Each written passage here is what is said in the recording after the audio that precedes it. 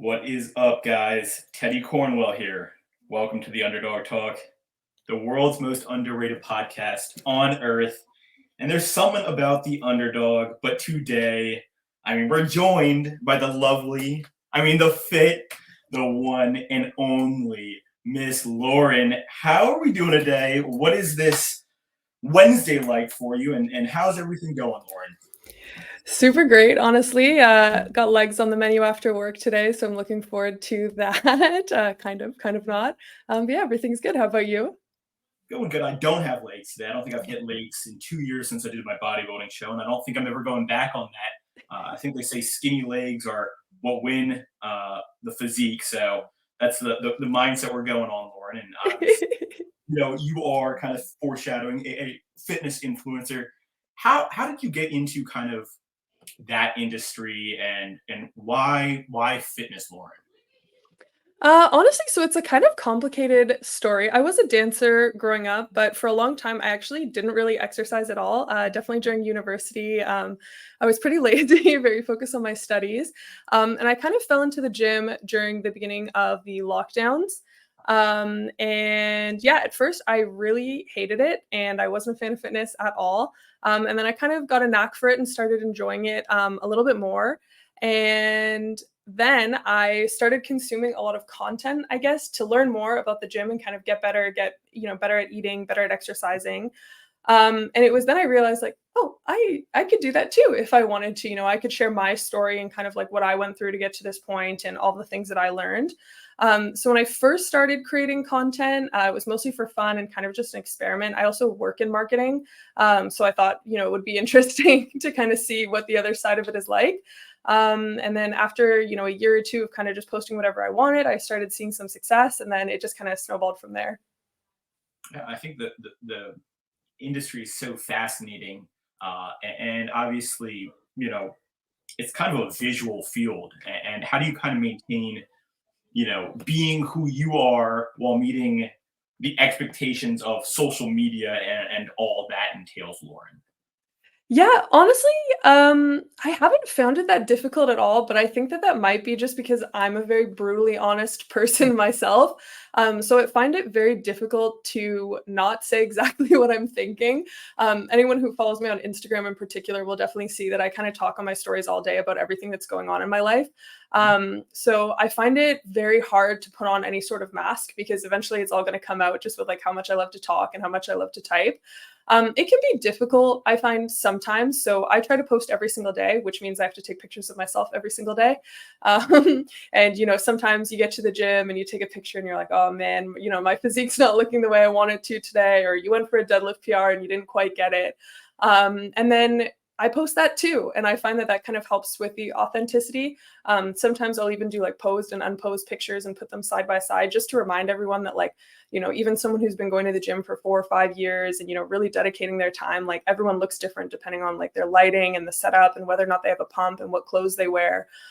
Because I feel like that's really important to kind of put out there too, is just remind you that, not everyone is like their perfect, kind of Instagram aesthetic, there's real life there too. Yeah, 100%. And I think that's why people do follow your content, because you are obviously, like you said, brutally yourself, Lauren. And Thank you.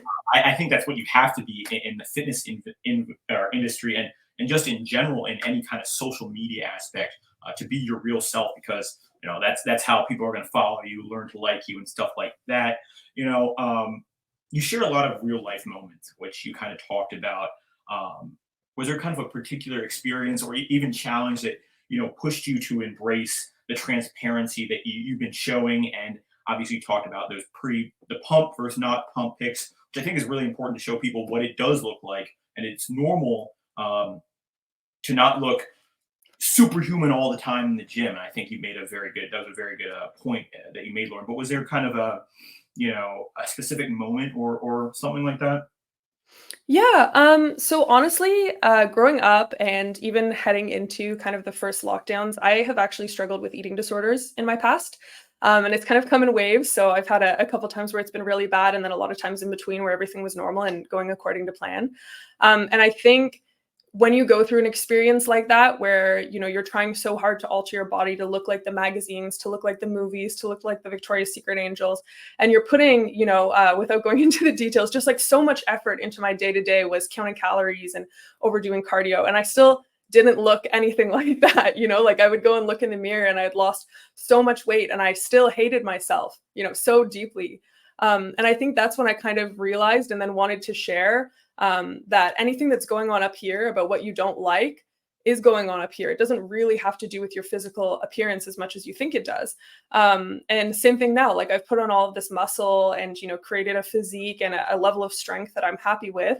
But what really changed is kind of my mental feeling about myself. It doesn't matter, how big my shoulders get or how big my legs get. That's not actually what I like about myself anymore. What I like about myself is my drive, my consistency, waking up every morning and doing the hard stuff, how strong I've gotten and how capable I've gotten through my journey at the gym. That's what really matters. And so I think just thinking back on like how much time I wasted counting calories and overdoing cardio and stuff to become someone who I thought I would like.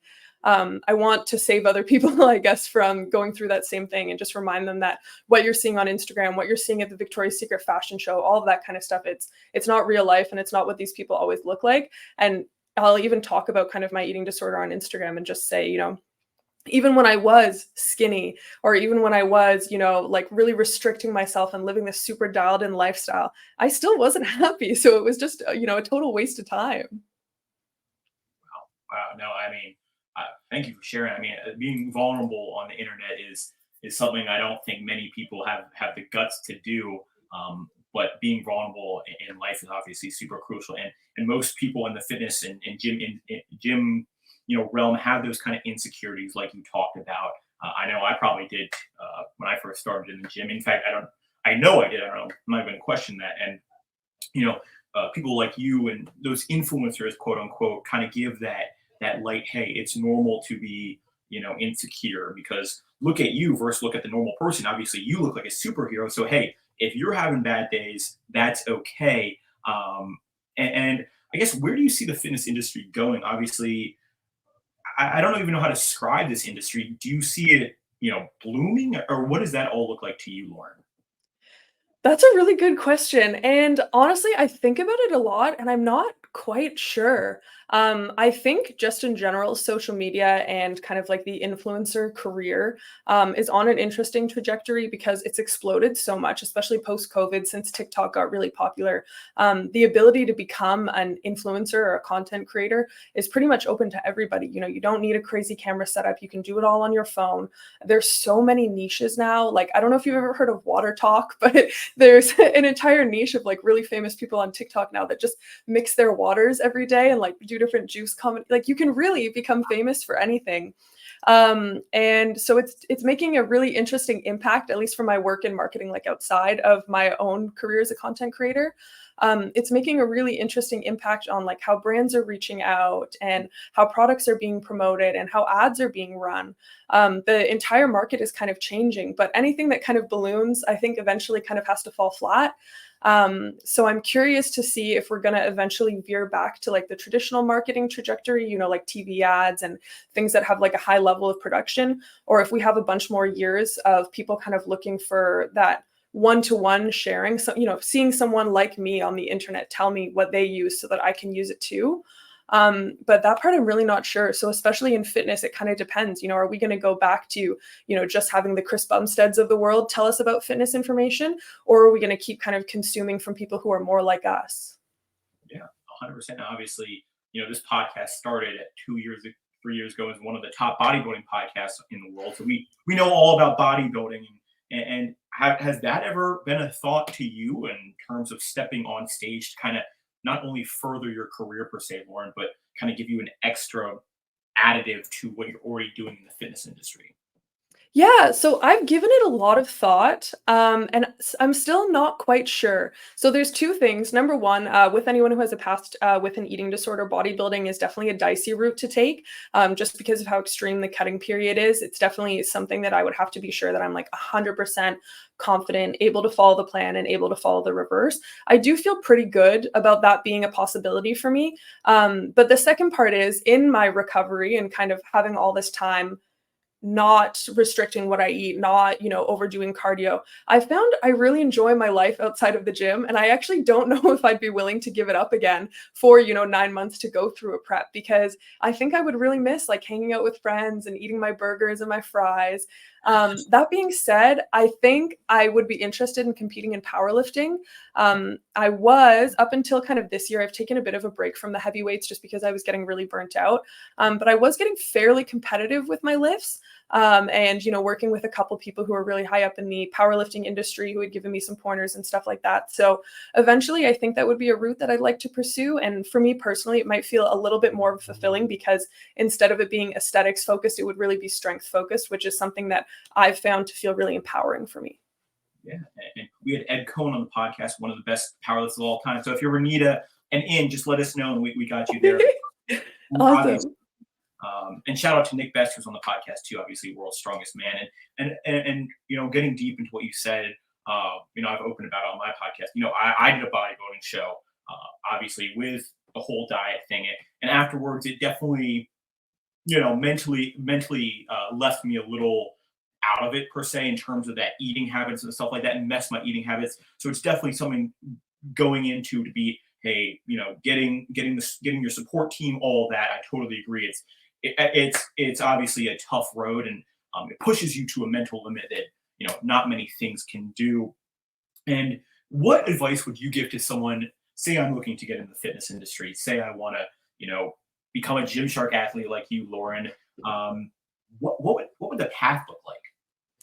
Yeah, I have a lot of thoughts on this. And it's I think sometimes a more nuanced take than I've heard from other people who talk about like how to become a content creator, how to become an influencer. I really believe that it's kind of like gambling, in a weird way. So kind of the more times that you post, the more likely you are to go viral. Some of my most viral videos are actually some of my most garbage content, if I could state it frankly. For example, one of my most viral videos on both Instagram and TikTok, I think it got 10 million views on Instagram, is just me jumping on my bed in frustration. Like I'm just like, ah. And then the text says like basically your worst nightmare for a gym day. It's like, when your favorite gym outfit is dirty, you only have the bad pre-workout left, one of your AirPods is dead, blah, blah, blah. But the reason that it went viral, and I didn't realize this when I posted it, but because I work in marketing, I typically like go back and try to analyze why things did well and why they didn't, is because the video clip is only like 3 to 5 seconds, but to read the text, it takes like 7 seconds. So everyone who read the text watched the video twice, which tells Instagram like, oh, this is a good piece of content. I'm going to send it out to more people when they do that like batch algorithm thing. So yeah, and then because the content was kind of funny, like, it's an okay, it's relatable. It got a lot of sends. So it just kind of had this snowball effect where it just went absolutely crazy and it reached all these people. But I have videos that I've filmed with like my professional camera. I've done a voiceover, I've put all this work into it, and they kind of just fall flat. So all you can do is just consistently post and work on improving the quality of your content. Like obviously if you just post a bunch of like really grainy, bad quality, not funny stuff, like maybe you'll never go viral. But I don't think that it takes an extreme amount of talent, surprisingly. I just think it takes consistency. Like I've been posting now for almost 5 years, and I've really only seen my page kind of blow up in the last year and a half.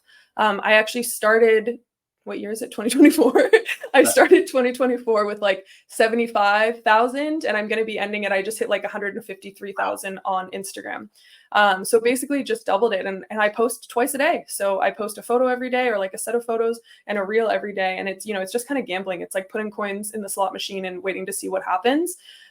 So if you feel like that's the avenue that you want to take, like you want to become a content creator, you have something to say, sometimes it's just a waiting game. And then while you're doing that, just keep working on improving your content. Like if you compare my first videos to my most recent ones, I've definitely learned some tricks of the trade. But yeah, I think that anyone who really wants it bad enough can have their moment and can kind of reach that level of success where you're reaching your audience and you're connecting. And then authenticity too. Like I do think from what I hear from the people who are like a part of my community and follow me, and, I talk in my DMs with them all the time. Something that I think they really like about me is that I actually take the time. I answer as many DMs as I possibly can. I'm active and online all the time. And so, it's one thing to get people to your page, but it's another thing to actually make them feel welcome there and give them what they're looking for and kind of build that rapport with them. Yeah, no. And we had one viral video with no, who Noel Dazel is? Yeah. A viral video with him, and then our second episode of the podcast, he came on, so I actually got to show him the viral video. I mean, that was like I didn't even think that'd ever be possible, but yeah, no, I think that authenticity, like you talked about, and kind of the gamble aspect of it, Lauren. I mean, it's like it's a 50-50. Well, the thing will explode or not. Now, let me ask you, how do you kind of stay positive when your video, which you put in a lot of work, which I'm sure you do, doesn't get the views or the reception you think it would? Is that just kind of on to the next, hey, rear views, on to the next, moving on? How does that work for you? Yeah, I mean, I think you kind of have to keep your end goal in mind. So number one, if it reaches some of your audience, like let's say I have, 20,000 on Instagram right now and it reaches 3 or 4,000 people and most of them are my followers, like, oh shoot, it wasn't viral. But you know what? If you put a lot of work into that content and it has some sort of information, 3 to 4,000 people benefited from that. People who are already in your audience who are looking from that. So having that positive mindset, I think, to just be like, actually, this piece of content did serve the purpose, is number one. And then number two is just kind of keeping that end goal in mind. So, if you want to reach a certain level of success on Instagram, on TikTok, on YouTube, on anything, you already know that it's going to be a long period of time to kind of get to that level. And you already know that you're going to have to post regardless. Some things aren't going to do well and some things are. So, it's definitely just to kind of keep on trucking.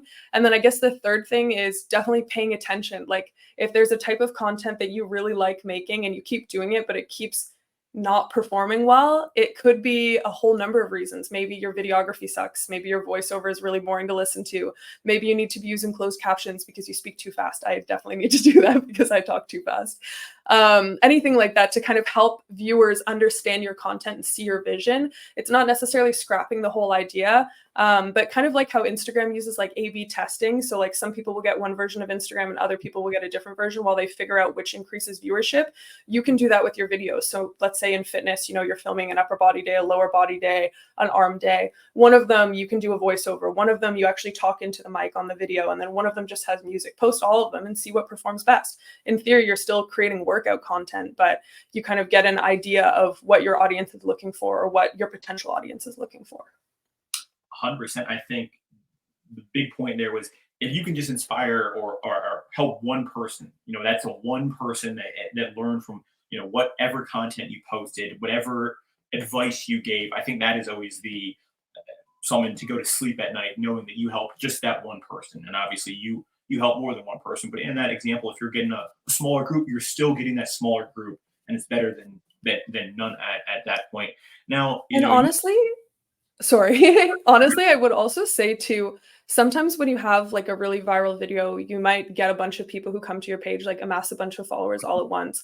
But a lot of them will be like kind of spam accounts or like maybe people who aren't that interested in your content, like ghost followers. Those 3 to 4,000 people that were there for your original content and have kind of stuck it out throughout, that's your real audience. Like that's the community that you're building. Those are the people that you're looking to inspire. Those people who have kind of been there since day one. And so I think in this career, if you let the numbers go to your head and you're too focused on like how many followers you can get and how many views you can get, you're just kind of going to lose your head. I would hope for most people, like when you're getting into fitness content, it's to motivate, it's to inspire. It's not really about amassing numbers, but it's about sharing like valuable information and kind of helping people on their journey to health and wellness and self-confidence and all of those things. So now, you mentioned career and steering off topic. Do you view being a fitness influencer as a career? Obviously, you talked about the marketing job, but do you see being a fitness influencer as something that you want to be your full-time career down the road, if you mind me asking, or just in general, could being a fitness influencer be a standalone career, Lauren? Yeah, so I guess it kind of depends. There's a lot of different avenues that you can take with any sort of large platform. So, fitness influencer, I think it would be difficult, but not impossible to make a living. Someone like Whitney Simmons, I think, is a really good example of someone who made a career out of being a girl who does fitness. So she has her YouTube, her Instagram, millions of followers. She works with Gymshark. I think she works with a supplement company. I can't remember. Her career truly is just being a fitness influencer, and she's done really well for herself. But a lot of people kind of a little bit lower on the totem pole, like anywhere from like the 100 to 300K range. You'll probably also be like a personal trainer. Like I do personal training as well. And I I think I would probably still consider that maybe part of a fitness influencer career because you're still influencing people, I guess, to kind of help get them down that route to fitness. For me personally, I'm not sure where I want this journey to take me. I guess as a lot of people say, like I never really expected to get this far. Like I was interested and motivated and excited, but mostly just kind of testing the waters to see what would happen.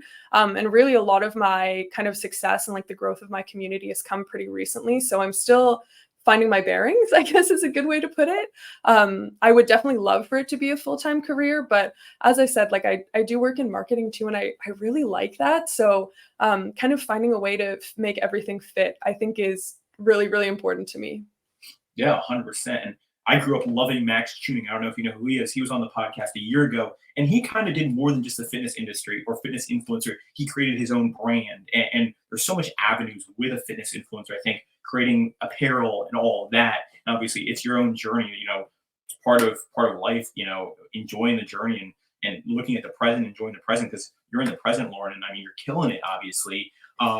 You know, and you are killing it. What is one kind of surprising thing you've learned about yourself in this fitness journey, fitness influencer lifestyle?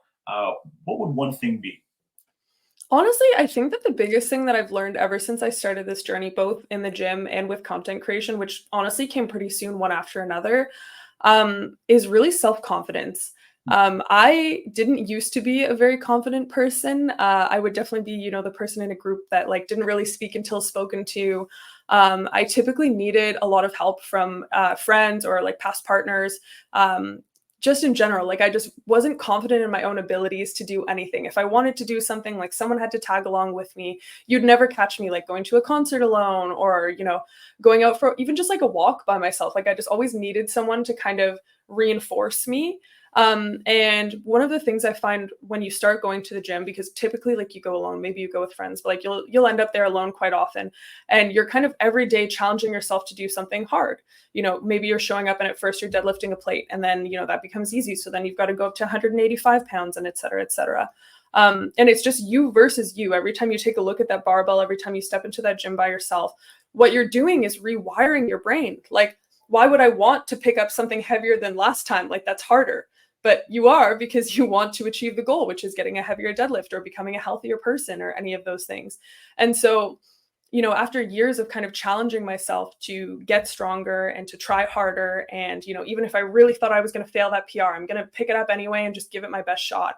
It teaches you this type of like resilience and like kind of self-reliance, I guess. Where you start to believe in yourself. And so this year I actually took my first ever solo trip. I went to Iceland and just kind of like hopped on a plane, went there by myself. And I'm not that person at all. I didn't used to be. I would have never had the confidence to go to a country where I don't speak the language just to check it out. But, I'm like, if I can deadlift 345 pounds, like if I can bench 185 pounds, like why can't I go there? Like I want to go. None of my friends want to go. So I'm just going to go. And I think it's kind of the same with like, my career on social media and building this community and kind of meeting people. It's really given me some confidence in my voice. When I post something that I'm thinking and people are like, oh, I've never thought of it that way. Or like, this is really good advice. Or like, I'm going to apply this. And even better, like one of my favorite things is when people come back and they're like, you know what, I saw you talk about this on your post and I tried it. And like, I've had some success, like either in the gym or in their social lives or, at work. And they say, thank you. And I'm like, oh, like, oh, I'm so glad, that I was able to make that impact. And so you build a lot of confidence in like what you bring to the world. Yeah, I think even just, it's you versus you at the end of the day in the gym. And I mean, you get to walk away knowing that you went, even if it wasn't the best workout, you still went. It's better than not going at the end of the day, building that confidence. And I think the gym does wonders for confidence. And obviously, like you talked about, it built your confidence, it's built mine, it's built so many people's. Now, yeah, I mean, the confidence part from the gym, I just keep on thinking about that because that is really the main thing that I got away from the gym. And now we talked earlier about, your reels and stuff. How do you keep up with the trends? I think that's another big topic. Obviously, especially in the fitness industry, there's push-up challenges, sit-up challenges, what it may be. how do you kind of keep up with all that? Because I feel like it is changing almost every day at this point. I mean, how do you kind of navigate those waters, Lauren? So for me personally, I try to avoid trends in like the most simple like version of the term, I guess. So if people are doing a push-up challenge or something like that, honestly, I'm probably not going to be the one to participate. Um, I just I find that it is exhausting and it gets kind like you're more likely to get burnt out, I think is what I'm trying to say here. If you're always trying to mimic what other people are doing and what's popular. I know for a while, for example, on TikTok, there was a lot of talk about certain keywords. Like I remember there was 1 or 2 weeks where everyone was talking about creatine. And if you made a video about creatine, TikTok was just pushing it out because everyone was talking about it. And that kind of stuff, although in theory, like if you're looking to go viral and you're looking to expand your audience is a great idea, it's just exhausting. And it's also, it could be inauthentic, I guess. You'd have to put a lot of work into continuing to make it authentic to you. So I typically just post whatever I'm thinking about or whatever I've talked to people about recently. Like people in my personal life will come to me with fitness questions and, I'm going to turn that into a post. The only trend that I think I will participate in is just using trending sounds. And that's mostly because I listen to metal. And so I don't think my music taste is always that enjoyable for everyone. So, I'll hop onto TikTok and just kind of see like if there's a certain, rap or hip hop song that's popular right now. Lots of people are using it. It seems to be like going viral and I'll use that in the background of a video. Or some of the easier to participate in trends, like sometimes you'll notice there's like a block of text that everyone is using and just subbing out the words. Those ones I find like super fun to participate in because it's kind of just playing fill in the blanks with your own niche. So those ones I will, but keeping up with it, I honestly just find like I schedule like 30 or 45 minutes in the evenings before I go to bed to scroll on TikTok. And then I also use my lunch breaks at work to just kind of throw stuff in. No, I mean that's on the grind, Lauren, and I didn't mean to laugh. I respect that. I do the same thing. I just and obviously what I really admire about that is you're being true to yourself. For example, even the small thing like the creatine. In a way, if you're just trying to promote a product that you don't use, that's not who you are, and you're keeping to yourself and keeping in the ideals and beliefs that you believe in, obviously, which is really admirable. What is one? This is always the question I love. What is one kind of fitness myth you once believed when you started so many years ago that you kind of changed in your mind and now you tell people about, Lauren? So definitely the top one and probably the most scarring for young girls is the belief that 1,200 calories is like the magic number for losing weight.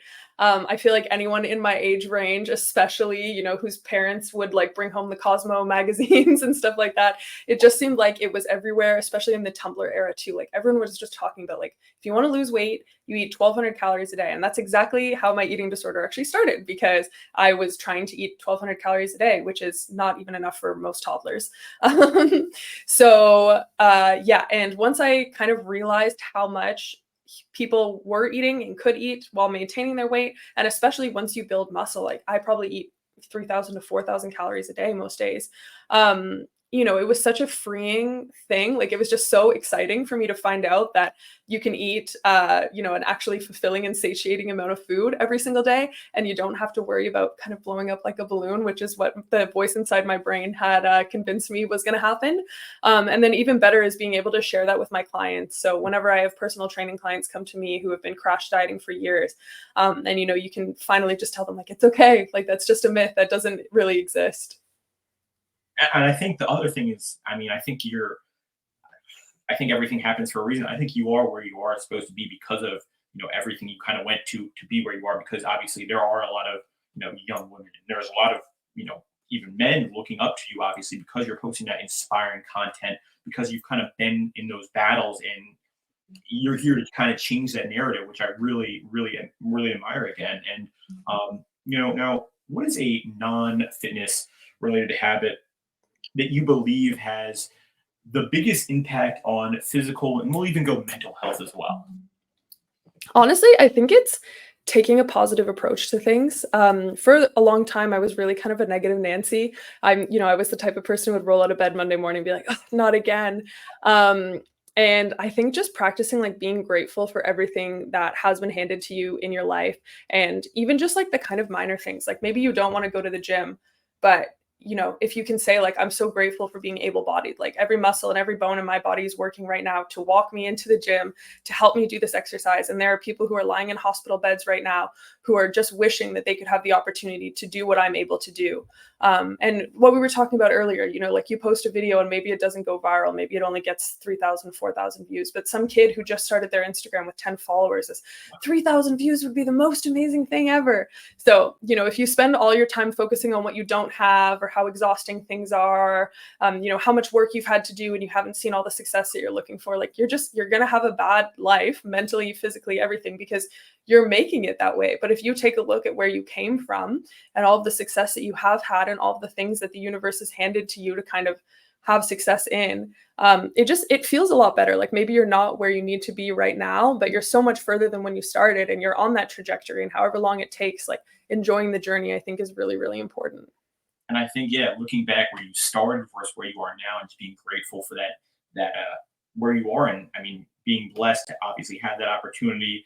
And I think the big one is just there's a quote saying, don't look for the future or the past, enjoy the present, because right now you don't want your work, everything you work for is happening right now, and you don't want to miss that.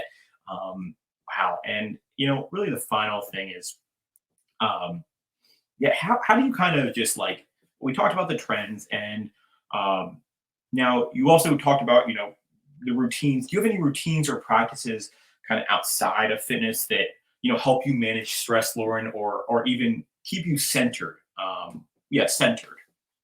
Yeah, I mean, I think it's really good to have at least one, if not more, hobbies outside of the gym, and outside of work. I think a lot of people, and I actually made a video about this the other day, just how slightly concerned, I guess I would say, that the hustle culture has created a lot of people like in their late teens or early 20s who are wake up at 4 a.m., go to Pilates, meal prep, go to work, go to the gym, go home and write in your gratitude journal, and then in bed by 7 p.m.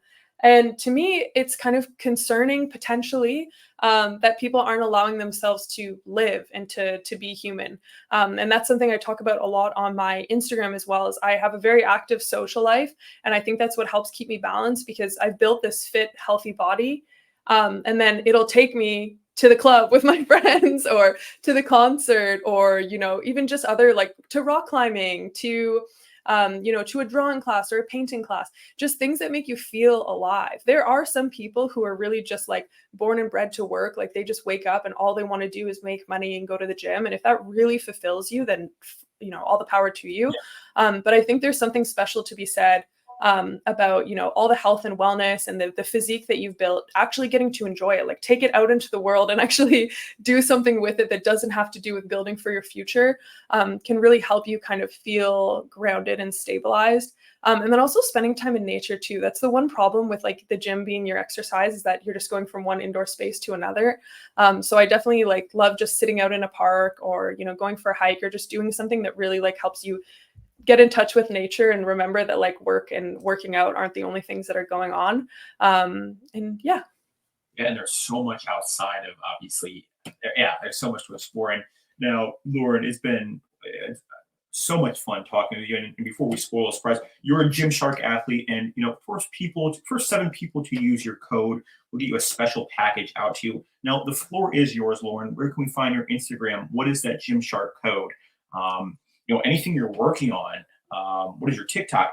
Anything. Yeah, absolutely. So on Instagram and TikTok, you can find me LXWREN Fitness. And that's my Gymshark code, LXWREN. If you use it, you get 10% off and also help support me, which is really awesome.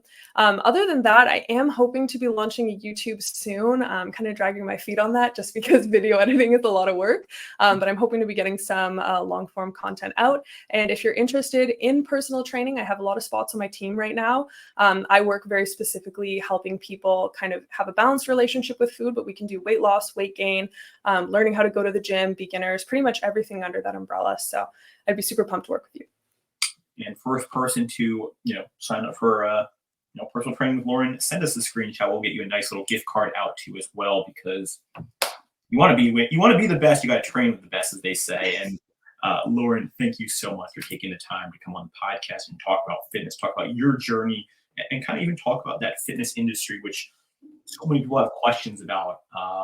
And you really answered all those. And yeah, so guys, don't forget to like, comment, and subscribe on this video. Again, Lauren's codes will be in the bio. Until next time, guys, Underdog